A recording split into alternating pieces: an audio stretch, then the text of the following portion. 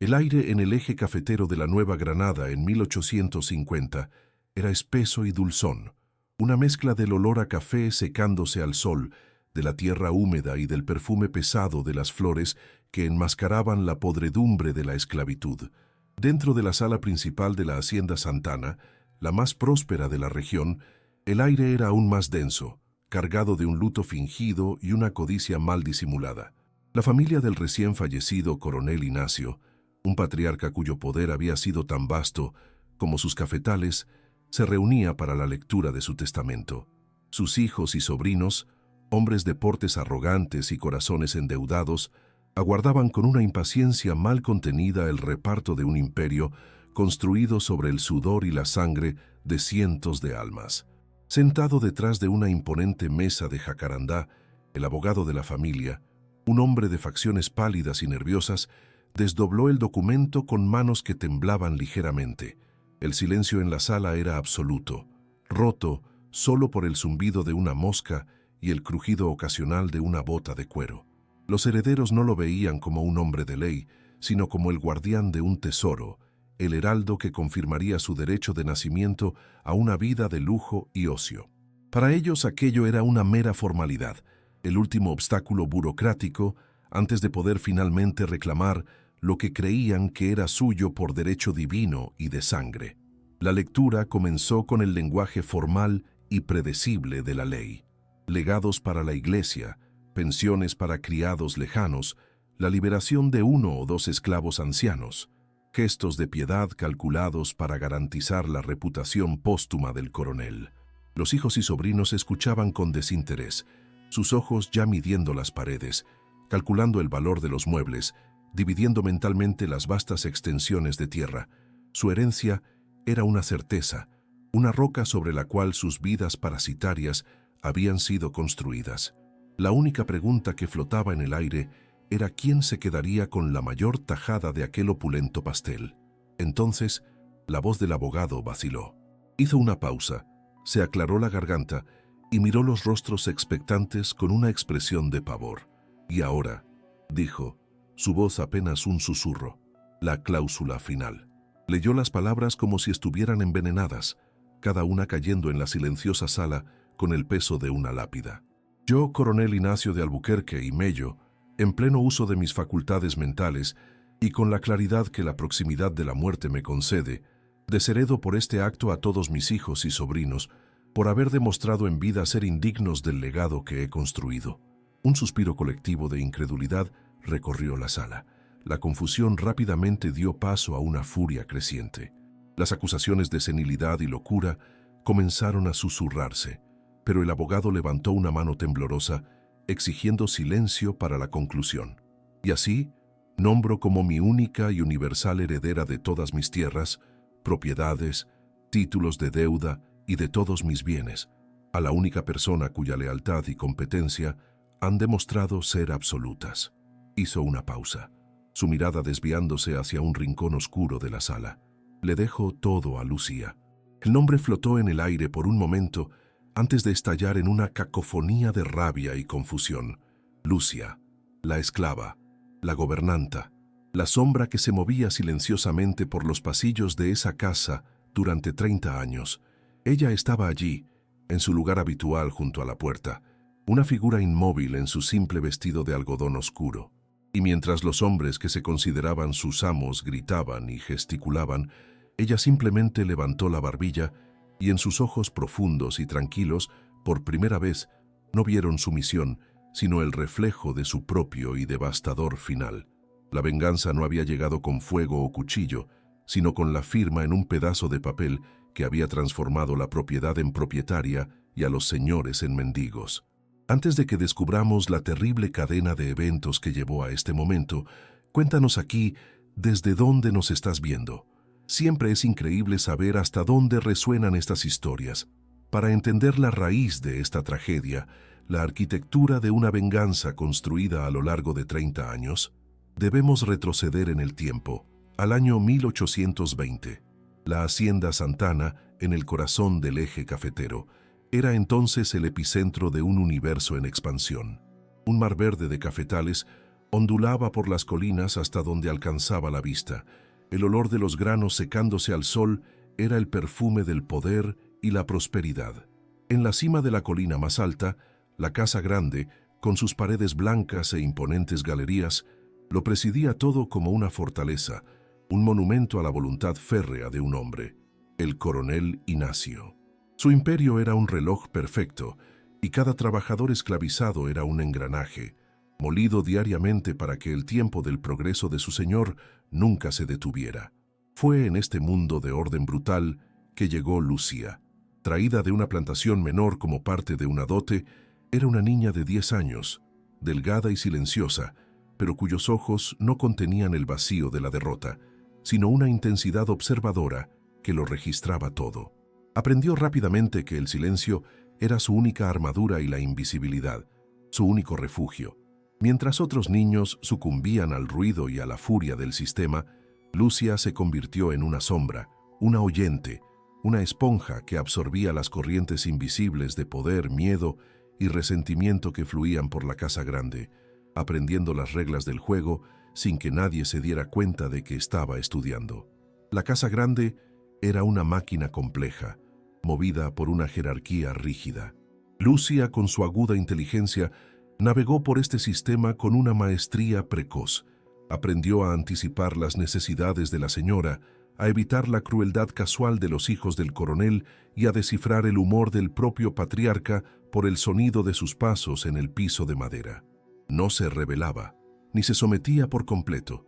Se adaptaba, observaba y esperaba, su mente catalogando cada injusticia, cada secreto susurrado, cada debilidad expuesta, construyendo un archivo silencioso que un día se convertiría en su arsenal. El coronel Ignacio era un hombre forjado en la ambición y la brutalidad. No gobernaba su hacienda con la laxitud de otros aristócratas, la gestionaba con la precisión de un general y la frialdad de un industrial.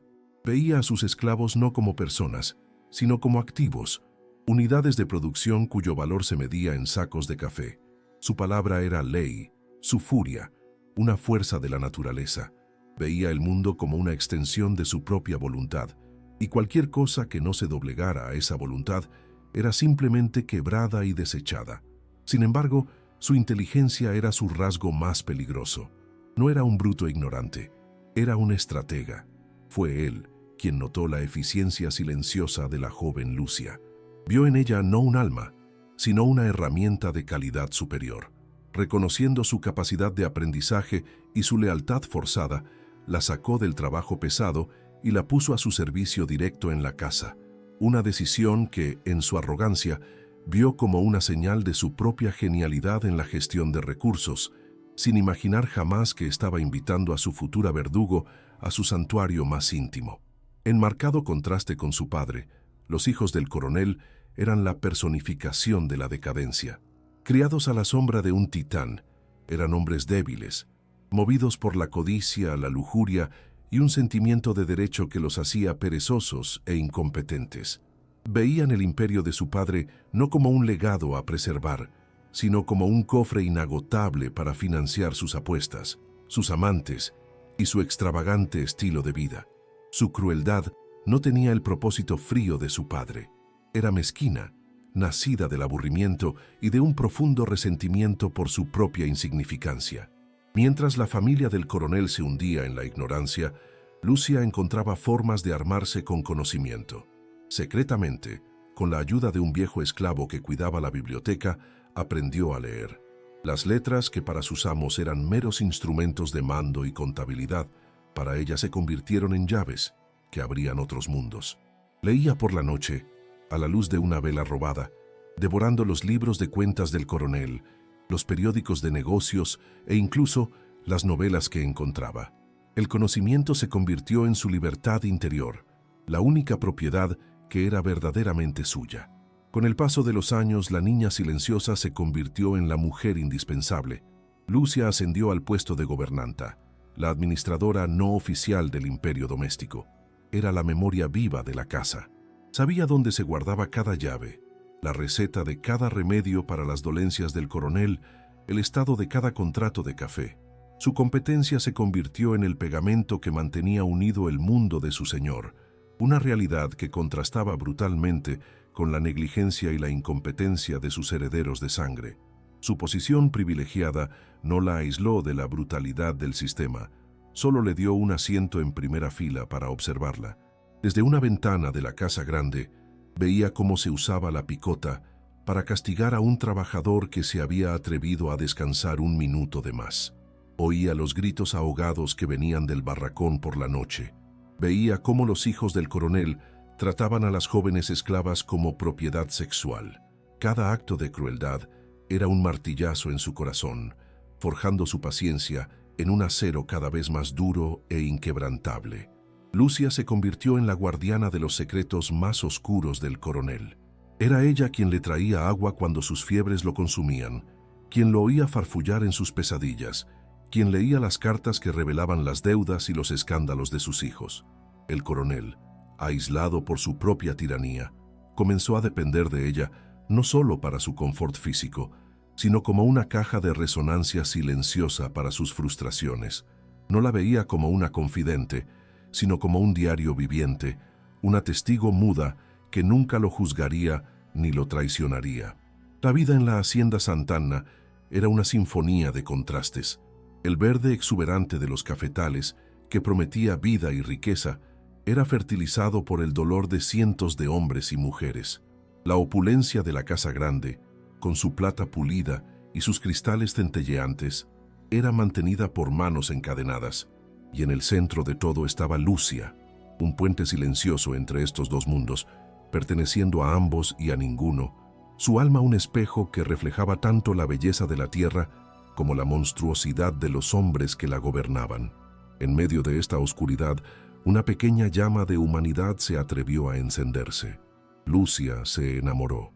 Su amor era Joaquim, un carpintero esclavizado, un hombre cuyas manos hábiles podían crear belleza a partir de la madera en bruto y cuya sonrisa contenía una bondad que el sistema no había logrado aplastar.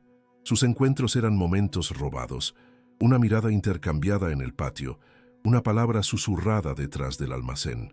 El amor de ellos era un jardín secreto, un acto de rebelión silenciosa que le recordaba que su corazón todavía le pertenecía. Para cualquier visitante, la hacienda Sant'Anna era la imagen del orden y la armonía. Veían a un patriarca poderoso, una familia noble y una propiedad funcionando con la precisión de un reloj. Veían a Lucia como el epítome de la esclava leal y eficiente, una prueba de la benevolencia del sistema. Esta fachada de calma era la mayor de las mentiras, una fina costra sobre un volcán de resentimiento y dolor.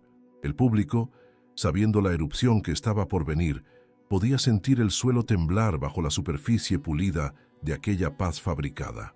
Los hijos del coronel, con su instinto de depredadores mediocres, sentían el poder silencioso de Lucia y lo resentían. No la veían como una sierva, sino como una rival por la atención y la confianza de su padre. Intentaron minar su posición con acusaciones mezquinas de robo e insubordinación, pero su indispensabilidad para el coronel la había vuelto intocable. Su supervivencia dependía de una actuación diaria, un acto de equilibrio en el filo de la navaja entre la competencia que la protegía y la sumisión que la mantenía viva. Lucia ya no era la niña asustada que había llegado a esa hacienda. 3 décadas de servicio y observación la habían transformado. Era una mujer cuyo dolor se había calcificado en una paciencia infinita y cuya inteligencia se había afilado en un arma formidable. Su espíritu no se había roto, por el contrario se había atrincherado, convirtiéndose en una fortaleza de silencio y propósito. Todavía era una esclava, encadenada por la ley de los hombres, pero en su mente era libre y soberana, y esperaba, con la tranquila certeza de una estación que aguarda su turno de llegar, el momento en que el mundo exterior se doblegaría al orden de su mundo interior. El catalizador que transformó la paciencia de Lucia en un arma fue forjado en el único horno que ella no podía controlar, el amor. De su jardín secreto con Joaquim, el carpintero, nació un fruto prohibido y milagroso, un hijo. Le dieron el nombre de Tobías, un nombre susurrado solo en la oscuridad del barracón, un nombre que significaba Dios es bueno. Para Lucia, La existencia de ese niño era la prueba de que, incluso en el corazón del infierno, la vida y la bondad podían florecer. Él era su rebelión más profunda, su alegría más peligrosa, la única luz en la oscuridad de toda una vida de servidumbre. Tobías creció a la sombra de la casa grande, un niño vibrante con los ojos inteligentes de su madre y la sonrisa bondadosa de su padre. Lucía lo criaba con una ferocidad protectora, enseñándole a bajar la mirada ante los señores, pero a no permitir nunca que su alma se doblegara.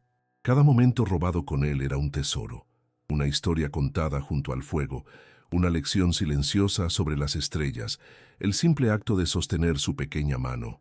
Él era su razón para soportar lo insoportable, su promesa personal de que su espíritu no sería aplastado. Mientras el amor de Lucia florecía en secreto, la podredumbre de la familia del coronel se manifestaba abiertamente. El hijo mayor de Ignacio, un hombre débil y consentido, se hundía cada vez más en el vicio del juego. Su incompetencia para gestionar cualquier parte de la hacienda era compensada por su habilidad para acumular deudas de honor en las mesas de cartas de la capital, manchas en la reputación de la familia que el coronel, por encima de todo, no podía tolerar. Cada uno de sus fracasos era una humillación para el patriarca, un recordatorio de la debilidad de su propio linaje. La crisis llegó en forma de una carta, traída por un mensajero con el sello de un varón influyente. El hijo del coronel había perdido una cantidad astronómica en una apuesta, una deuda que, si no se pagaba de inmediato, resultaría en un escándalo público y un duelo que el joven cobarde ciertamente perdería. El honor de la familia estaba en juego, y para el coronel Ignacio el honor era un activo más valioso que cualquier cafetal. Necesitaba una solución rápida, silenciosa y que no afectara sus propias finanzas. El coronel no perdió tiempo en reprender a su hijo. Su mente, pragmática y cruel, se movió inmediatamente a la contabilidad de sus activos. Recorrió mentalmente la lista de sus propiedades, sus caballos, su plata, y entonces su mirada se posó en sus activos humanos. Un esclavo joven y sano era una mercancía valiosa y líquida. Su decisión fue tomada no con ira, sino con la frialdad de un hombre de negocios liquidando una inversión para cubrir una pérdida inesperada. No pensó en familias, solo en valores. El punto de no retorno en el alma de Lucia ocurrió una tarde trivial de martes. Estaba en la galería de la Casa Grande, puliendo la plata, cuando vio llegar en una carreta a un traficante de esclavos, un hombre conocido por su brutalidad y sus negocios con las lejanas y mortales minas de Minas Gerais. Momentos después, vio a su pequeño Tobías, de solo 6 años, ser arrancado de los brazos de su padre por 2 capataces. El niño no lloraba, estaba demasiado conmocionado, sus enormes ojos buscando desesperadamente el rostro de su madre. Lucia quedó paralizada, el paño de pulir cayendo de sus manos. Su cerebro se negaba a procesar la escena. Vio al coronel salir a la galería, estrechar la mano del traficante, recibir una bolsa de monedas. No hubo una palabra de explicación, ningún gesto de despedida. Fue una transacción, tan impersonal como la venta de un saco de café. Vio a su hijo, su luz, su alma, ser arrojado a la parte trasera de la carreta como un animal. Lo último que vio fue su pequeño rostro mirándola a través de las rejas, su boca formando la palabra mamá sin sonido. La facilidad con la que el coronel destruyó su mundo para arreglar un error trivial de su inútil heredero fue la chispa que incendió su alma. En ese instante, mientras la carreta desaparecía por el polvoriento camino, su corazón no se rompió, no se deshizo en dolor. En cambio, se transformó en algo duro, frío y pesado. El calor de su amor por su hijo no se extinguió. Fue transmutado, su energía convertida en una forma de hielo, en una claridad de propósito tan absoluta y tan terrible que era casi sagrada. Esa noche no lloró. Su duelo era demasiado profundo para las lágrimas. Era un vacío, un silencio que llenaba cada rincón de su ser. Buscó a Joaquim y en su abrazo silencioso compartieron un dolor que no necesitaba palabras. Y fue allí, en la oscuridad del barracón, donde Lucía hizo un juramento, no a Dios ni a sus antepasados, sino a sí misma. Juró que no descansaría, que no moriría, hasta que el nombre de esa familia, que le había quitado su único tesoro, fuera solo un recuerdo de polvo y vergüenza. El dolor dio paso a un plan. Su mente, afilada por décadas de observación y su alfabetización secreta, comenzó a trabajar. Sabía que la violencia era inútil. Una rebelión de cuchillo y fuego sería aplastada instantáneamente. Su venganza tendría que ser como ella, silenciosa, paciente y subestimada. Su arma no sería una cuchilla, sino su mayor fortaleza, su indispensabilidad. No destruiría el imperio del coronel de afuera hacia adentro, lo heredaría y lo implosionaría desde el trono. Su plan de 2 décadas comenzó al día siguiente. La primera fase fue la dependencia. El coronel estaba envejeciendo, su cuerpo comenzando a traicionar su voluntad de hierro. Lucia se insertó en cada aspecto de su vida. Aprendió sobre sus remedios, sus horarios, sus dolores. Se convirtió en su enfermera, su cocinera, su sombra, anticipando cada necesidad antes incluso de que él la sintiera. Su eficiencia era tan perfecta que su presencia se volvió tan esencial para él como el aire que respiraba. Cuando su vista comenzó a fallar, ella se convirtió en sus ojos. Comenzó a leerle, no novelas, sino sus libros de contabilidad, los informes de la cosecha, la correspondencia de sus socios comerciales. Él, que despreciaba la incompetencia de sus hijos, encontró en su esclava la única mente en la hacienda que parecía comprender la complejidad de su imperio. Su confianza en ella se volvió absoluta, una dependencia que él confundía con control, sin darse cuenta de que estaba entregando lentamente las llaves de su reino. La segunda fase fue el aislamiento. Con una sutileza magistral, Lucia comenzó a alimentar la desconfianza natural del coronel hacia su familia. Nunca hizo una acusación directa. Su técnica era mucho más refinada. Accidentalmente, dejaba una cuenta de juego de uno de los hijos donde el padre pudiera encontrarla. Informaba con una falsa inocencia y preocupación una conversación que había oído por casualidad, donde sus herederos se quejaban de su tiranía y soñaban con su muerte. Cada una de estas pequeñas revelaciones era una gota de veneno en el oído del coronel, corroyendo los ya frágiles lazos de afecto familiar. Ella se convirtió en el único filtro a través del cual él veía el mundo, una lente cuidadosamente distorsionada que le mostraba solo la ingratitud y la incompetencia de sus hijos, y en contraste, su propia e inquebrantable lealtad. Construyó un muro invisible a su alrededor, no de ladrillos, sino de paranoia, dejándolo aislado y dependiente de una única fuente de verdad, la de ella. La fase final y la más audaz fue la del legado. A medida que el coronel se volvía más débil y obsesionado con su mortalidad, Lucia comenzó a plantar la semilla de su venganza final. Le leía historias de grandes hombres de la historia cuyos legados fueron destruidos por herederos débiles. Hablaba, con una admiración fingida, de la grandeza de la hacienda Santana, del sudor y la sangre que él había invertido para construirla, y suspiraba, como si fuera un pensamiento pasajero, sobre el triste destino que le esperaba. «Es una lástima que un imperio tan grande se deshaga en polvo», decía suavemente mientras le ajustaba las mantas. «Los jóvenes no tienen el mismo respeto por el trabajo duro, mi coronel. Ellos solo ven el oro, no la tierra de donde viene». Nunca sugirió una alternativa, solo presentaba el problema repetidamente, hasta que la solución se formó en la propia mente de él, una solución que él creería que era de su autoría, su última y más genial jugada. Lo convenció de que su verdadera inmortalidad no estaba en su defectuoso linaje de sangre, sino en la propia hacienda, y que la única manera de preservar su creación, su verdadero hijo, era entregarla no a quien tenía su sangre, sino a quien compartía su espíritu de competencia y dedicación. Le hizo creer que desheredar a su familia no era un acto de derrota, sino su último acto de poder, un testamento de su desprecio por todo lo que era débil e indigno. Lucia se convirtió en la personificación de la lealtad. Lo cuidó en su lecho de muerte con una dedicación que conmovió a los médicos. Fue ella quien sostuvo su mano mientras él daba su último aliento, y fue ella quien, días antes, había llamado al abogado y se había quedado silenciosamente en el rincón mientras el coronel, con su último vestigio de fuerza, dictaba y firmaba el testamento que era tanto su salvación como la condena de su familia. Murió creyendo que estaba preservando su legado, sin darse cuenta nunca de que estaba ejecutando el último paso del plan de venganza de la mujer que había destruido. Su luto en los días que siguieron fue una actuación impecable. Era la imagen de la sierva devota, llorando la pérdida de su amo.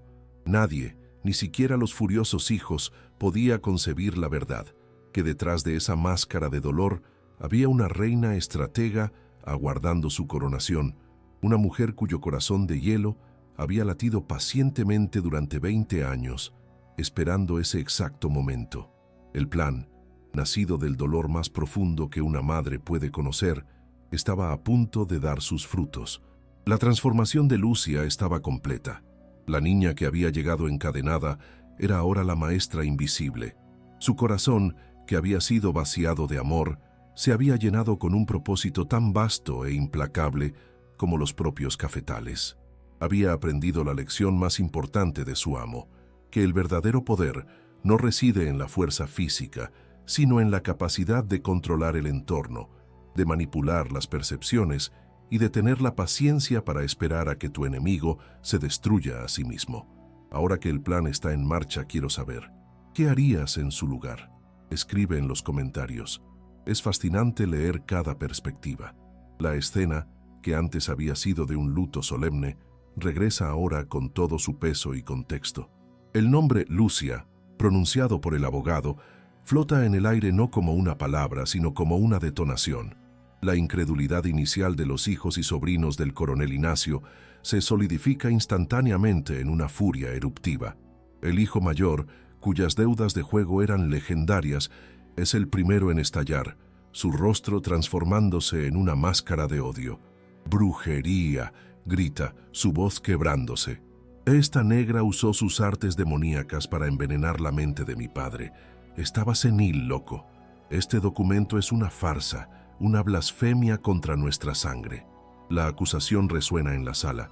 Un coro de hombres despojados que se aferran a la única explicación que su arrogancia les permite concebir: la manipulación sobrenatural, pues la idea de haber sido superados en inteligencia por una esclava era una imposibilidad existencial. Las acusaciones se multiplican, transformando la sala de duelo en un tribunal caótico. Otros sobrinos se unen al clamor, sus voces entrelazándose en una sinfonía de pánico y rabia. «Lo sedujo en su vejez», acusa uno. «Nos robó en nuestras propias narices durante años», añade otro. Avanzan hacia la mesa del abogado, sus cuerpos exudando una amenaza física, como si pudieran anular la legalidad del documento con su mera presencia intimidante. No están luchando por justicia, están luchando por la restauración del orden natural de su universo, un orden donde ellos son los amos y las Lucias del mundo son meras propiedades, incapaces de agencia y mucho menos de herencia. Su furia no es solo por la pérdida de la riqueza, sino por la aniquilación de su propia identidad y superioridad.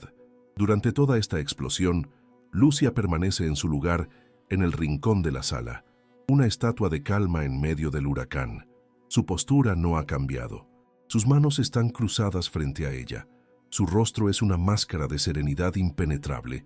Durante 30 años había perfeccionado el arte de volverse invisible, de absorber la violencia del mundo sin reaccionar.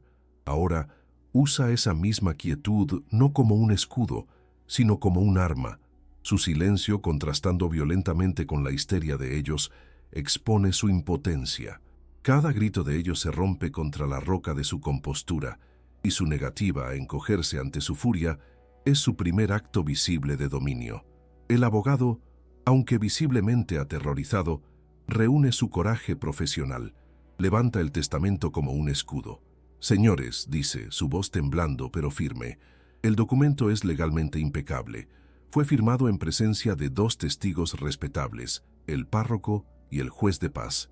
Además, tengo aquí un certificado, firmado por el médico de la familia, fechado en la misma semana, que declara que el coronel Ignacio estaba en plena posesión de sus facultades mentales y actuaba por su libre y espontánea voluntad. Esta revelación es un golpe maestro, la prueba de la meticulosidad del plan de Lucia. No había dejado cabos sueltos, ninguna brecha legal que pudieran explotar. Sus acusaciones de brujería y senilidad se desmoronan en meros insultos vacíos. Derrotados en el frente legal, los herederos despojados vuelcan su furia, ahora desnuda e impotente, directamente hacia Lucia. El hijo mayor se le acerca, su rostro a centímetros del de ella, su aliento oliendo a aguardiente y desesperación. Tú, escupe la palabra como un veneno. Tú eres nuestra, naciste nuestra propiedad y morirás nuestra propiedad. Puedes haber engañado a un viejo, pero no nos engañas a nosotros. Esta casa, esta tierra, nos pertenece por derecho de sangre. No vas a heredar un solo grano de café, sucia. Usa la palabra más vil para una esclava, un último y desesperado recurso al arma de la humillación, intentando forzarla a regresar a la caja de su identidad social. Es en ese momento que Lucia se mueve. Después de 30 años de inmovilidad, de servicio silencioso en los rincones de las habitaciones, da un paso al frente, saliendo de las sombras hacia la luz. El movimiento es pequeño, casi imperceptible, pero su significado es sísmico. Es el fin de su invisibilidad, es su aceptación del poder. Camina lentamente hasta la cabecera de la gran mesa de Jacarandá, el lugar que había sido el trono de su amo, y se vuelve para encarar a la familia que ahora es su inquilina. Su presencia llena la sala, su quietud irradiando una autoridad que ninguno de ellos había poseído jamás. No levanta la voz, no hay necesidad. Mira a cada uno de los hombres uno por uno, su mirada no conteniendo odio ni triunfo, sino solo el peso fáctico de una nueva realidad. Y entonces, con una voz tranquila, clara y cargada con la autoridad de 30 años de paciencia, la voz de una mujer que nunca habían oído de verdad, pronuncia su sentencia. La casa ahora es mía. Las palabras son simples, directas y absolutamente devastadoras. Son el sonido de un universo poniéndose patas arriba. Son la confirmación de que el juego ha terminado y que han perdido de forma irrevocable. Hace una pausa, dejando que el peso de sus palabras se asiente y aplaste el último vestigio de esperanza de ellos. Y entonces, con la misma calma cortante, añade el golpe de gracia, la orden que finaliza su aniquilación social y sella su victoria. Por favor, retírense. No es una petición, es una orden, envuelta en la fina seda de la cortesía. Es el lenguaje que usaron toda su vida para despachar a sus inferiores, ahora vuelto en su contra. Es el acto final de inversión de poder, la esclava expulsando a sus antiguos amos de su propia casa ancestral. La furia de ellos se evapora, reemplazada por un silencio atónito. La miran a ella, al abogado, al testamento sobre la mesa, y la realidad de su ruina finalmente penetra en su arrogancia.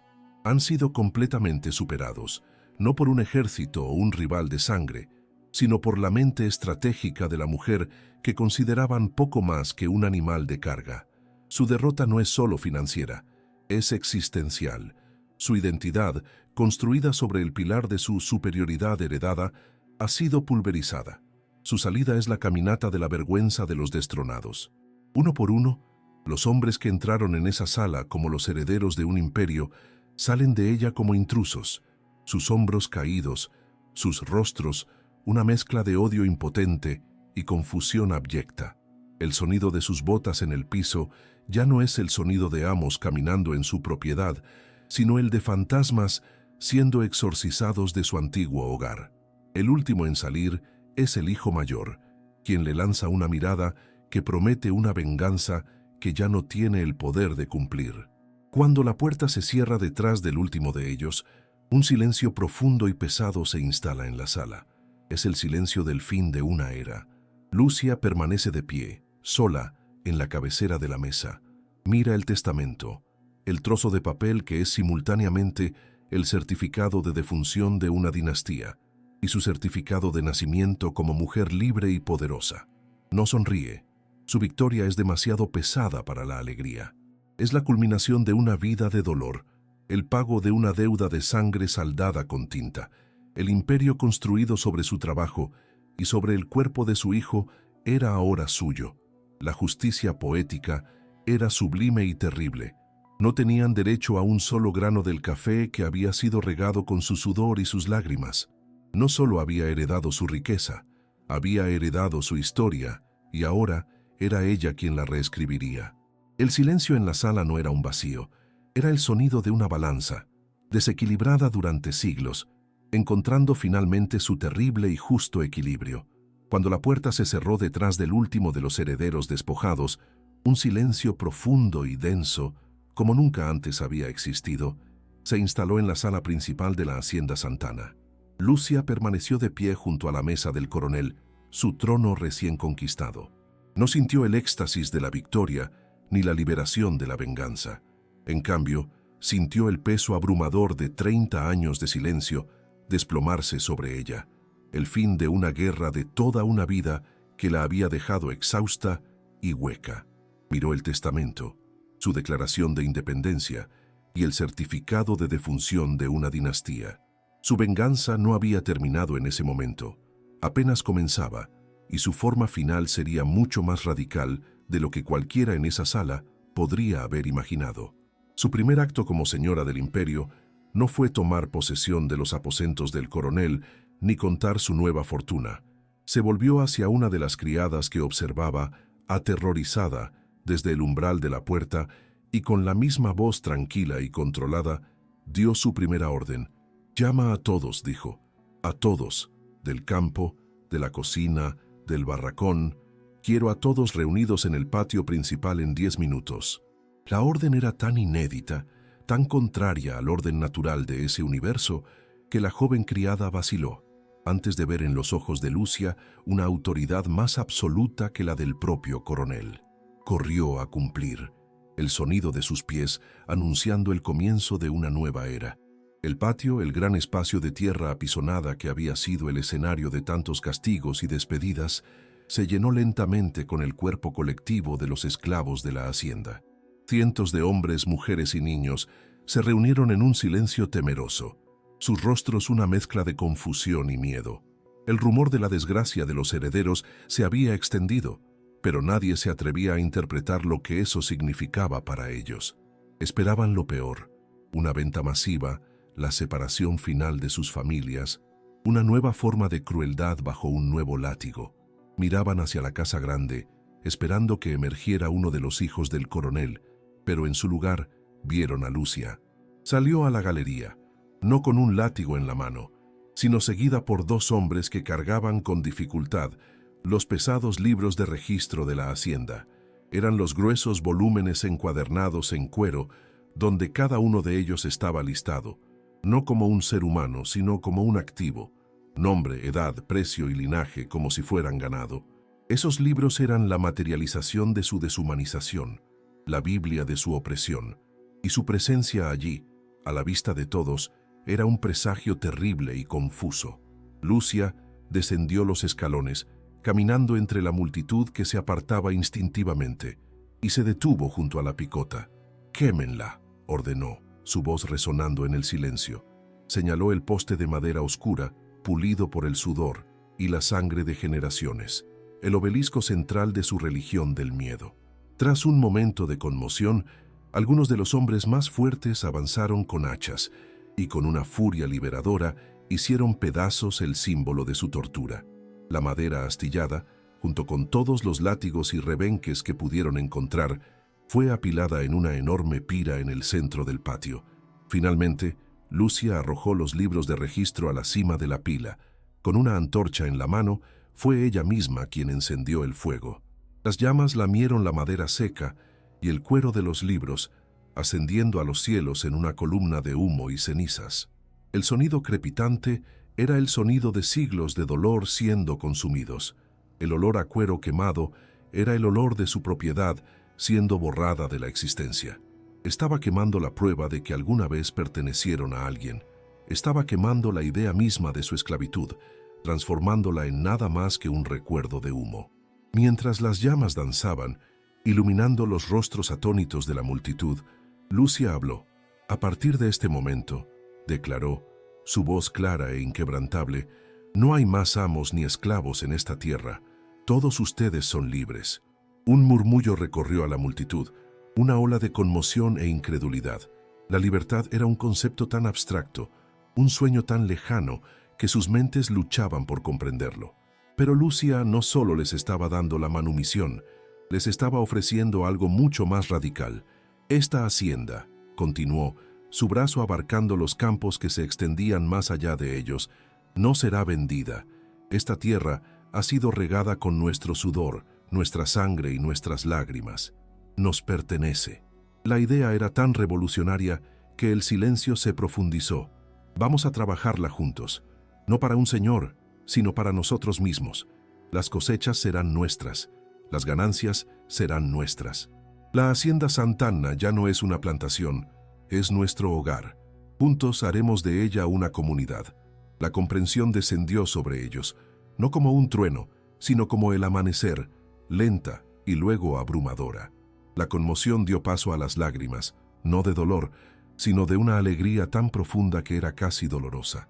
El sonido de grilletes rompiéndose resonó en el patio, no los de hierro, sino los del alma. Hombres y mujeres a quienes se les había enseñado toda su vida que no eran nada, se abrazaron, sus sollozos transformándose en gritos de celebración. Era el sonido del nacimiento de un pueblo, la primera respiración de una nación de hombres y mujeres libres. La noticia de lo que sucedió en la hacienda Sant'Anna se extendió por el eje cafetero como un reguero de pólvora. Para los otros coroneles del café, la historia era una pesadilla hecha realidad. Lucia no era vista como una mujer, sino como una plaga, una amenaza existencial a todo su orden social. La idea de una exesclava al mando de una de las haciendas más grandes de la región, y peor aún, transformándola en una cooperativa de hombres libres, era una herejía que no podía ser tolerada. La temían, la odiaban y la aislaron, pero su posesión legal era tan inexpugnable que no podían hacer nada más que observar, horrorizados, cómo florecía su revolución silenciosa. Pero entre las comunidades esclavizadas del Brasil imperial, la historia se contaba en susurros reverentes alrededor de las fogatas. La leyenda de Lucía, la señora que nació esclava, se convirtió en un mito, una fuente de esperanza e inspiración. Era la prueba viviente de que el sistema no era invencible, de que la mente podía ser un arma más afilada que cualquier machete y de que la venganza más completa no era destruir el mundo del opresor, sino tomarlo y rehacerlo a imagen de la justicia. Se convirtió en un faro, un símbolo de que la libertad no era solo un sueño lejano, sino una posibilidad tangible. El destino de los hijos y sobrinos del coronel Ignacio fue una nota a pie de página irónica en la historia que Lucia escribió. Despojados de su riqueza y su estatus, incapaces de trabajar y despreciados por la misma sociedad que una vez los había cortejado, desaparecieron en la oscuridad y la pobreza. Su gran nombre, construido sobre la explotación de generaciones, se convirtió en una anécdota, un cuento con moraleja sobre la arrogancia y la incompetencia. Su linaje, que el coronel tanto se había esforzado por perpetuar, se extinguió no con un estruendo, sino con un gemido patético. Lucia gobernó su nueva comunidad con la misma inteligencia y fuerza silenciosa que la habían mantenido viva durante tantos años. La cooperativa Sant'Anna prosperó, convirtiéndose en un oasis de dignidad y autosuficiencia en un desierto de opresión. Nunca buscó al hijo que le habían robado, sabiendo que su búsqueda podría destruir la nueva vida que él pudiera haber construido. En cambio, honró su memoria creando un mundo donde ninguna otra madre tendría que sufrir su dolor, transformando su duelo personal en una fuerza para la liberación colectiva. Si esta historia de justicia y consecuencia también te conmovió, no te la guardes solo para ti. La saga de Lucia es un poderoso testimonio de que la venganza más profunda y duradera no es la que destruye, sino la que construye. No se contentó con derrocar a sus amos. Levantó a su pueblo, demostrando que el legado más poderoso no es el que se hereda, sino el que se crea a partir de las cenizas de la injusticia, transformando las herramientas de la opresión en los cimientos de un nuevo comienzo. Su leyenda resuena a través de la historia, un recordatorio de que la inteligencia, la paciencia y un propósito inquebrantable pueden, de hecho, mover montañas y derribar imperios. La esclava que heredó el látigo y lo transformó en cartas de libertad enseñó al mundo que la verdadera propiedad es el dominio sobre el propio destino. Deja tu like, comparte y suscríbete para seguir más historias que revelan las verdades ocultas de nuestro pasado.